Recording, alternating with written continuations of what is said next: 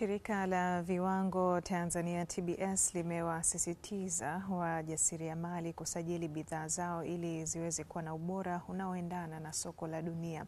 Hayo yamebainishwa na afisa mdhibiti ubora wa TBS Abdul Gozoma wakati wa ufunguzi wa maonyesho ya 12 ya biashara na utalii yanayofanyika jijini Tanga, kama anavyotueleza Mariam Shedafa.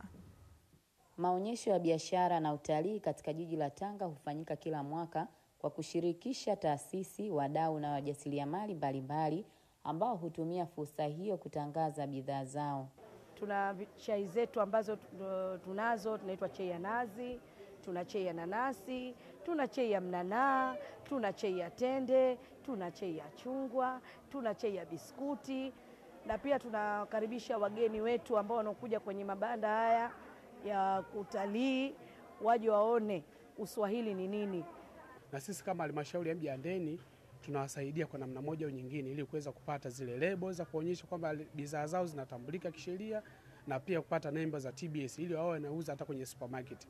Hata ukiangalia kwenye bidhaa ambazo tupo nazo sasa hivi, changamoto na kilio chao kikubwa ni serikali kuwasaidia kupata kwa wale watu ambao wajasiriamali wadogo kupata zile nembo zinazoonyesha bidhaa zao na majina yanayosomeka ambayo yanatambulika na BRELA.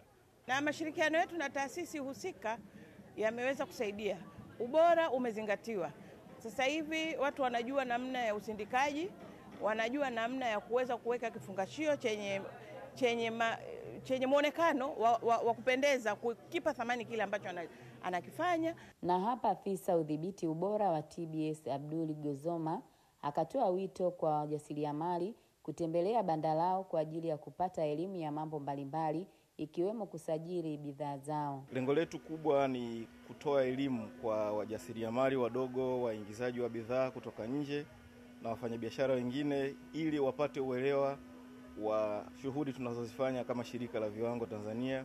Mgeni rasmi katika ufunguzi wa maonyesho hayo ni mkuu wa wilaya ya Tanga Dadi Kolimba, ambaye ameeleza adhma ya serikali ya kufufua viwanda. Niwahakikishie tu kwamba hizo juhudi nitahakikisha nazianzisha.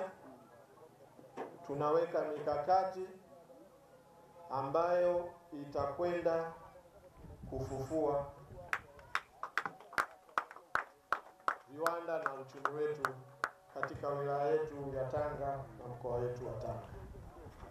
Maonyesho ya biashara na utalii jijini Tanga yameanza Mei 28 na yanatarajiwa kufikia tamati Juni 6 mwaka huu. Mariam Shedafa, Azam News.